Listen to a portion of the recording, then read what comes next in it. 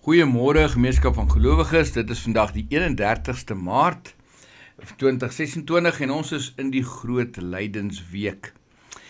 Die teksgedeelte vir vandag kom uit Johannes 13 vanaf vers 31.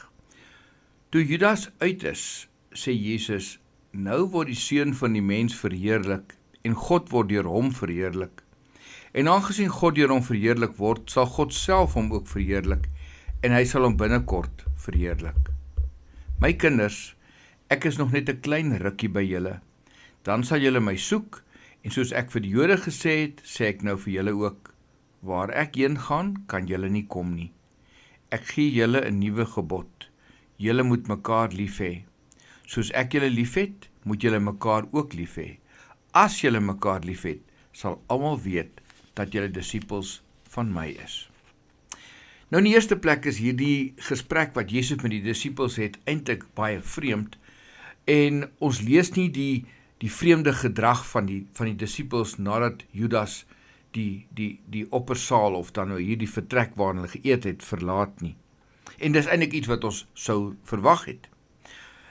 Die kruis lê voor. Die donker uur het eintlik vir Jesus aangebreek en tog in hierdie gespanne swaar oomblik praat Jesus oor heerlikheid en liefde. Eintlik onverwags.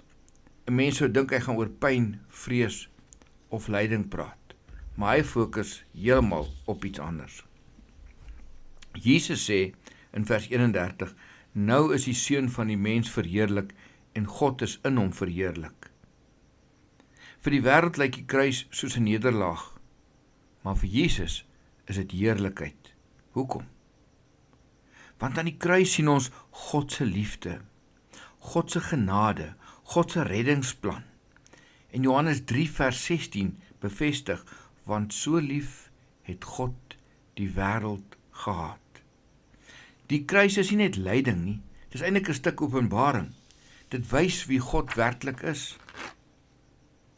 En dan gee Jesus 'n gebod. Hy sê, dit is 'n nuwe gebod, maar tog nie nuut nie. Liefde was nog altyd deel van God se wet. Maar hier word dit dalk nuut, omdat dit 'n ander kleur kry. En dit word gekleur in pyn en lyding. Soos ek julle liefgehad het. En dis die verskil. Nie net wees vriendelik nie, nie net wees goed vir mekaar nie, maar om lief te hê soos Jesus lief het. En hoe het hy lief? Nederig. Hy was die voete van sy disippels. Opofferend, hy gaan kruis toe. En selfs vir die ontroues. Want tot op hierdie stadium was Judas nog steeds deel van die 12. En 1 Johannes 3 vers 16 sê, hieraan ken ons die liefde, dat hy sy lewe vir ons afgelê het. So liefde is die duidelikste getuienis van wie God regtig is. In Johannes 13 vers 35, hieraan sal almal weet dat julle my disippels is, as julle liefde onder mekaar het. Hy sê nie, aan julle kennis gaan julle geken word nie, aan julle programme of aan julle sukses nie, hy sê, aan julle liefde. Die wêreld kyk nie eers na wat ons sê nie, maar na hoe ons leef. Hoe praat ons met mekaar? Hoe hanteer ons konflik? Hoe dra ons mekaar? Liefde is nie 'n bysaak nie. Dit is die kenteken van ware geloof. En hierdie liefde maak 'n verskil in 'n gebroke wêreld waarvan ek en jy deel is. Want hierdie opdrag is nie maklik nie. Want mense maak mekaar seer.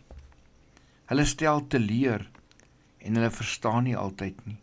En tog sê Jesus, liefde moet vir mekaar wees. Nie omdat dit maklik is nie, maar omdat dit wys wie hy is, van wie die prys wat hy betaal het. Romeine 5 vers 8 sê, God bewys sy liefde tot ons daarin dat Christus vir ons gesterf het, toe ons nog sondaars was.